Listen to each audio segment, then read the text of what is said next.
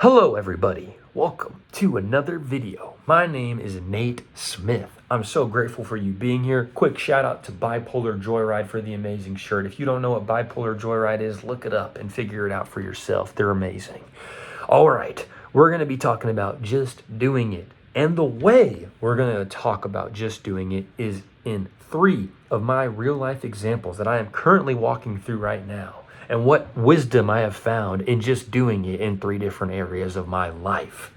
So let's start. Number 1, living out my faith and sharing about Jesus with people I know and love and care about. And that just happens to be everybody, because I love everybody. Amen. All right.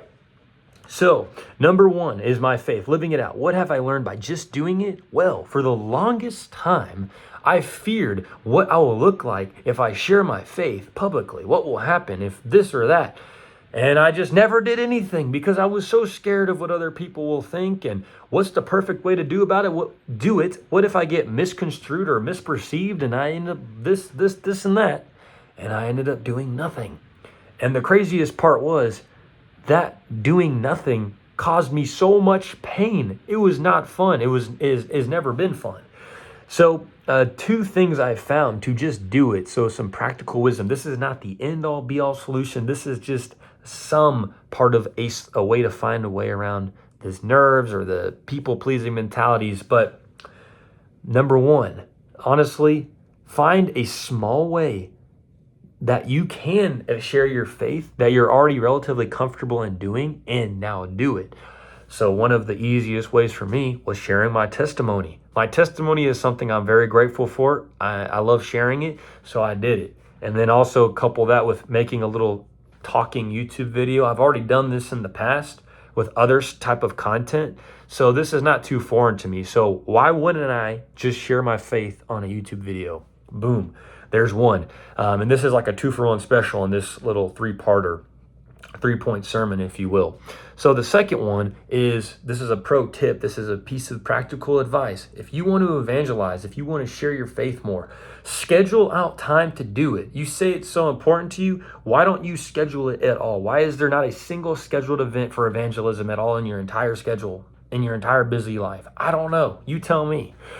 I just started doing it recently, and I've been slacking the last month. Let me be honest with you. But I'll give you my practical example. There's a ministry that I have been knowing, I guess, for now 2 to 3 years. Pastor Eric Nanez. He is out in the Cypress, Texas area. He does a homeless ministry every Saturday morning, and he goes and feeds homeless. He shares clothes with them, and then more importantly, he prays with them. He speaks with them. He evangelizes to them. It's kind of evangelism forward homeless outreach. Beauty in that is I go alongside him on Saturdays, and I will help out and join alongside him and do this activity. And I literally have it scheduled now in my calendar. And I now go out I'm planning to go out, not this Saturday when this video goes up, but next Saturday I will be out there with some boys. So if you're watching this video and you're interested in a homeless ministry in the Houston area, hit me up. I'll love to invite you, have you out. All right, so that's number 1. Number 2, practical advice in just doing it. April's Cove. April's Cove is a prime example of just do it. I've always wanted to play on stage. As a kid, I remember vividly in the shower right to my right, my right, in this very room that I'm sitting in. As a young wee lad, I would sit in the shower and I'd just be like, man, this is a true story. I'll be like, man, I cannot wait one day to be able to be up on a stage and like sing or play guitar and just be able to express myself freely, because that's just a dream I've always had. I just don't know how it's ever going to happen. I'm too scared. I just can't believe that situation would ever come to fruition. 20 years, I guess 14 years later, however young I was when I had that dream, it's now happening. Nathan Smith, by the grace of God, for the glory of God, all thanks to God, is up on stage. He's singing.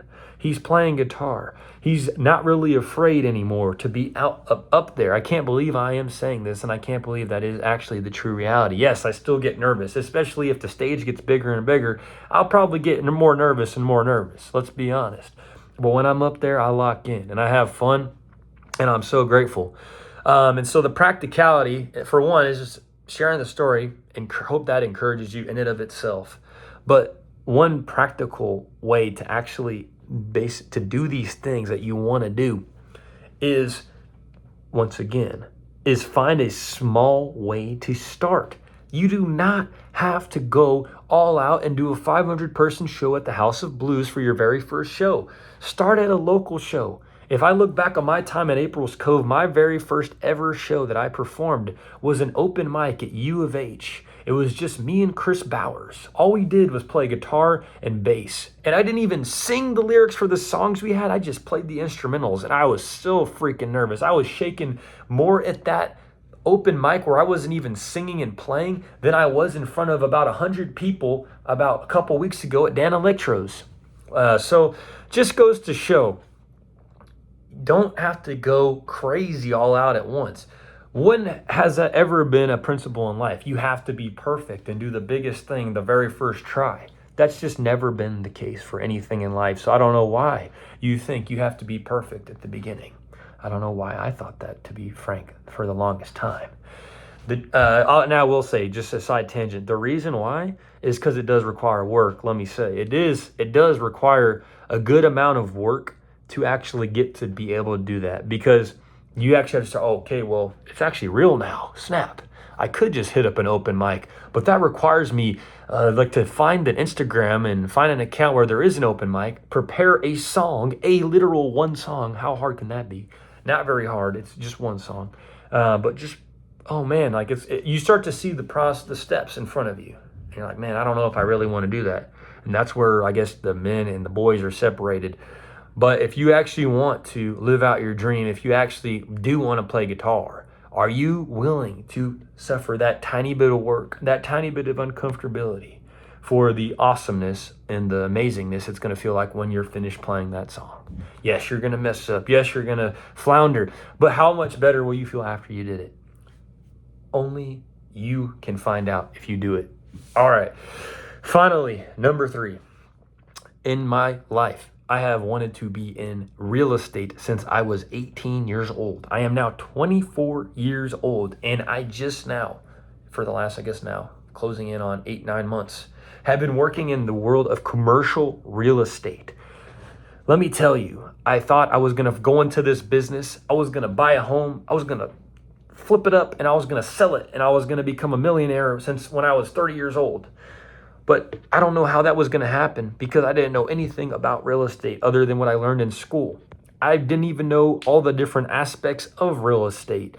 The thing is, now that I'm in the world of real estate, specifically commercial real estate, specifically investment sales, specifically seniors housing investment sales, I am now seeing all the different opportunities. I'm seeing all the things that are out there. Not to mention, I'm also developing skills. I'm networking within the world of commercial real estate, attaining valuable insights in the world of commercial real estate.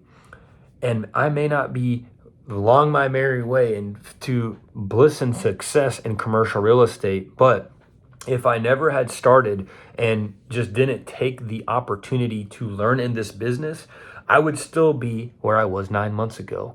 If I was waiting for the perfect opportunity to drop into my lap, I would still be Nate with zero clue of anything about commercial real estate. Barely any skills would have been developed. But here I am 9 months later, 9 months of skills and processes and practice and learning and cold calling. And I'm by no means the best person out there or the perfect soldier that you could have ever imagined. But the beautiful part is, and let me throw this out there. I don't even know if commercial real estate investment sales and specifically seniors housing is my golden ticket to success for the rest of my career. I don't. But hell, every single second I'm in this job and putting in work and trying hard is time well spent. The time that you spend trying to figure out the perfect opportunity for yourself to break into the desired career field and dream that you want to achieve is another second you waste because you're not actually in some form or fashion that job or related field where you can actually see what it's like firsthand. Because you might think you want to flip residential homes and make $100 or $100 million in by the age of 30 years old, and you might just think that sounds like a novel idea. What about you go get the job? You start making the cold calling, and you're like, you know what? Sales is, I'm not bad at it, but maybe I'm a little better at something else. Maybe marketing, maybe leadership, maybe, I don't know, maybe you realize the industry as a whole is not for you. And maybe you realize you want to go do music, or you want to go do, I don't know. And only really you can figure it out by figuring it out and getting in there. So just do it. That's all I got to say. That is my final words for today. I hope this finds you well. Don't overthink it. Overthinking oftentimes leads to inaction, and inaction is a kind of just laziness at the end of the day. So yeah, I hope this video helps. This has been a Real Talk with Nate Smith. Love you guys. See you on the next one.